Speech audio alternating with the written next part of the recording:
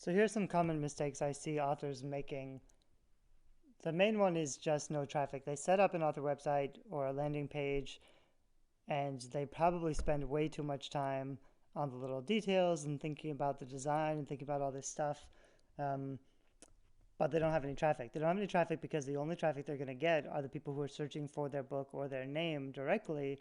And that means every single lead, they have to go out and tell someone about their book and their name so that someone will search for them and find their website. Otherwise, the website's kind of just worthless. And so, even if you have a great opt in offer, even if you have a lot of reviews and a lot of special stuff on your website, nobody's going to find it. No strangers are going to find it unless you're telling them to go to your website. Um, Nobody's going to find it without content. So you need to write articles about things your readers are searching for. That's not actually very difficult, and few authors are doing it, which is why it's really easy to start to get ahead of every other author in your genre once we start doing some of the things that work. The other common mistake is there's no sample writing. Readers can't be convinced that your writing is good. They need to see it for themselves. Show don't sell just means when you put up a lot of book awards and reviews and descriptions of your book, and basically you're just saying, my book is so awesome, you should go buy it. Um, that might work. It works pretty well for nonfiction. It's okay for some fiction if you really have tons of like really good reviews and awards and all that stuff. It can sell books, but if you don't have all that stuff and you just put a book out there and you don't have a lot of reviews, you haven't won any awards, what you need to do is show your writing so people can get into it, because people aren't going to want your free offer. They're not going to want to buy your book unless you can prove that your book has value. It's good writing, it's interesting writing. It's very difficult to describe your writing and say why your writing is good. Or if you tell someone, I'm the best writer in the world, they're not going to believe you. But if you show them the first page of your book, that's what's going to make the sale. So you got to make it really easy. Your book has to be amazing enough to sell itself, so that when you put the first page of your book in front of the right readers, and it's just right there, it's free, they don't have to opt in or click anything, it's just right on your website. When they can start reading and get into the story and say, wow, this is good writing, I'd like to keep reading, that's when you can make the sale really easily. But only if you can get them into the story. So you need to have some sample writing with some excerpts. Don't be worried about giving away too much for free. You can actually give away like most of your book. I know people who put their entire book up on Wattpad and still make a lot of money on sales, because most people don't, not everybody's on Wattpad.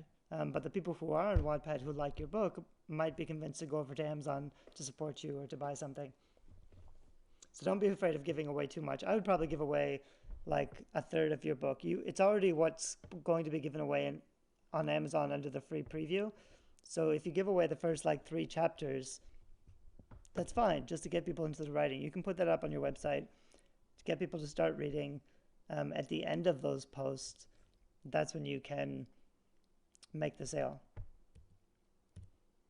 Also, a lot of authors have too many options. They just put everything on their website. They don't know what to put, so they just try to put everything. You need to decide what action you want people to take. So like when you put up your share on social media icons and you have 23 different icons for share on social media, nobody's going to share anything because they get into choice paralysis. But if you just have Twitter and Facebook and you say, please share this on Twitter and Facebook, that's a simple decision. It'll be easier to get someone to take one simple action than it is to make them think about anything. So you want to make it really easy. Same for the email sign up. Like if you have links on your sidebar to everything in the world and all, your writing buddies and your friends and all this other stuff that they can click away. Like if they click away to Twitter or Facebook from your sidebar instead of signing up for your email list, you've kind of just lost that engagement, because it would have been more valuable for you if you had hid the Twitter and the Facebook links on your sidebar and just shown a really powerful opt-in so that they can sign up to your opt-in. I'm just realizing I make the same mistake on my blog, but I've never really focused on building my email list for my blog.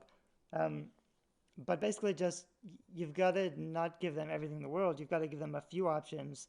You've got to structure their experience so that when they find your blog for whatever reason, there's something right there that says, take this action and this is what you're going to get, to try to get them to do something.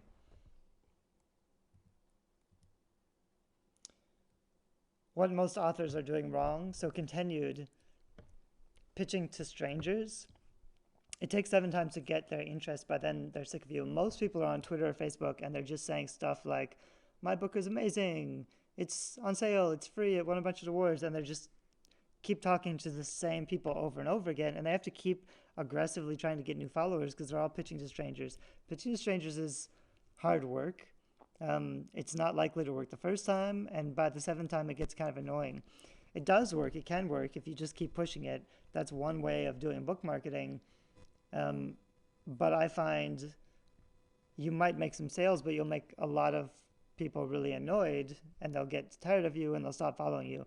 It'd be much easier to just share good content with readers that they like, that they can share and retweet to help you get new followers. You can pitch your book sometimes, but you want to build that relationship so they're not strangers. And then when you say my book is out, they know who you are, they've read your stuff, and they want the book. That's the relationship you need to be building up. Also, making too big an ask. Getting someone to buy your book, if they're a stranger, that's a pretty big ask. You might ask 10 people for every one that you get, and you'd be lucky if you got that many. Most of them are going to say no. If your book is, like, if the cover is amazing, if you have some really good reviews, it's less of an ask, especially if you're giving it away for free, which is why trying to get anybody to do a free action is a lot easier than to get them to pay for something. So in the beginning, you'll notice if you check out my blog now, instead of having paid courses that are really obvious, I have free email series. So you can find yourself on my blog, and no matter whether you're an artist or a writer or an entrepreneur, you can find an offer. And I basically say, is this what you want to do? Like, do you want to sell more books or paintings or make money online? Then here's a free email series where I'll give you a whole bunch of free information. People will sign up on my list to get that information for free, but then I can build that relationship with the email series. After I've done that for a while, it's much easier to convince some of those people to take it a step further if they need more help and sign up for a paid course.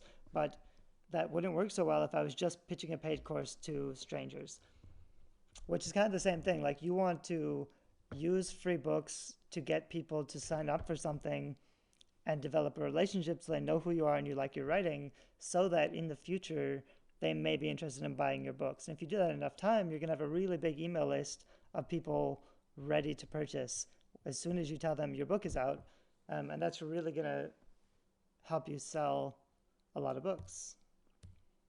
Finally, the one thing that authors are doing wrong is bad design. And it's difficult because we'll talk a little bit about why authors have such ugly websites, but the main reason is because authors feel like they're starting from scratch. So they just say, I'm going to build my own personal experience. I'm going to start from a blank canvas. I'm going to just build my little world however I think it should be done and assume that it's going to work for readers. Because what authors are doing is they're imagining their job is to tell readers what's in the story or share their vision of their world to readers. And that's not going to work because web design and book design has rules. And if you follow those rules, your readers will feel comfortable and they'll know what to do. And they'll know how to get around. But if you don't follow the rules, readers will just say, what is this? And they'll leave. They won't stick around. If it's not attractive, if it's not organized, people won't stay on your website more than, I think the average is like 3 seconds, but probably less. So if they don't see what they're looking for immediately, or if the design looks unprofessional, or it's ugly, or there's just too much random stuff, and it hurts your eyes, people just leave. And I see so many authors doing this badly, and they have articles about like how to do book marketing and how to build your author platform and some pretty good content because they're writers and they probably are experienced, so they know a lot of stuff. So it's not that their advice is bad, it's just that nobody's going to stick around to read their advice, because as soon as you start making mistakes like putting too many colors, so maybe you feel like you have to highlight certain text in your article, so you highlight it with red and blue or red and green or yellow and orange. Stuff like that just looks so unprofessional. People will look at it and assume you don't know what you're talking about. Because if you don't know enough about design to not make these terrible amateur mistakes, then you must not know anything about book marketing. And that's true to some extent, because you can sell a lot of books kind of accidentally by doing some things right and still make critical mistakes. So we do have to learn a little bit about what good design is. Of course, that's difficult because on the one hand, there's design aesthetic, which is learning what looks good. That takes years. And then there's learning the tech tools. But if you start with good tech tools that give you kind of a simple platform, you can't go too wrong. So there are some ways to make websites that allow you to make really ugly websites, and there's other ways that don't give you so much freedom. So you may feel limited because you can't do exactly what you feel you want to do, but that's actually protecting you because you're a designer. Whoops, I have another slide in here. I'll show you later. But basically, as a author, design is not your strong point. You can learn it, but the majority of authors I know who say, I'm also a designer, or they think they can make covers or they can make websites, they think they're pretty good at it, usually aren't. And so I see a lot of authors who are doing okay, but they have ugly websites, and they coach other authors about how to do book marketing, but they're starting from this place where they can't tell that their own website is ugly. And so that's it's a frustrating position, especially because it happens more with publishing than with any other industry. With any other industry, people who are doing business online, they make simple, clean websites. That's kind of the basic starting point for building trust or credibility or making money online, is you have to have a simple, clean, functional website that looks good. Self-publishing authors come at it from an art, and so they always think, I'm going to build my space however I want to represent what I feel is my brand. And so they're not coming at it as a business. They're not thinking about how can I make my readers feel comfortable and how can I make my website easy to get around and quick to use. They're just thinking about how can I communicate myself to the world. And that's a huge mistake. And so it's funny when you look at self-publishing authors' websites, but 85% of them are poorly designed. And part of that is because there's limitations. Like when you're starting out to build a website, you're probably using something like Wix or Weebly, something free, something that has a drag and drop interface, but probably doesn't look very good. And then you're using, like, you have no background in design and this is your first attempt at making a website. Of course, it's not going to look very good, which is why most author websites look pretty crappy. And so that's what you have to try to avoid by understanding, like, you can't look at other authors' websites and think, well, this guy's selling a lot of books, his author website must be good, or he must know what he's doing, because that's usually not true. A lot of authors sell a lot of books on Amazon because they have good books on Amazon and people like their stories, and it has nothing to do with their website, but they just throw something up. So you can have a hideous website and still sell a lot of books, but it's not a good idea and you can do better. So I'm going to talk about some ways to make a better website. And I'll always recommend something very, very, very simple because I know the tendency of authors is to design badly.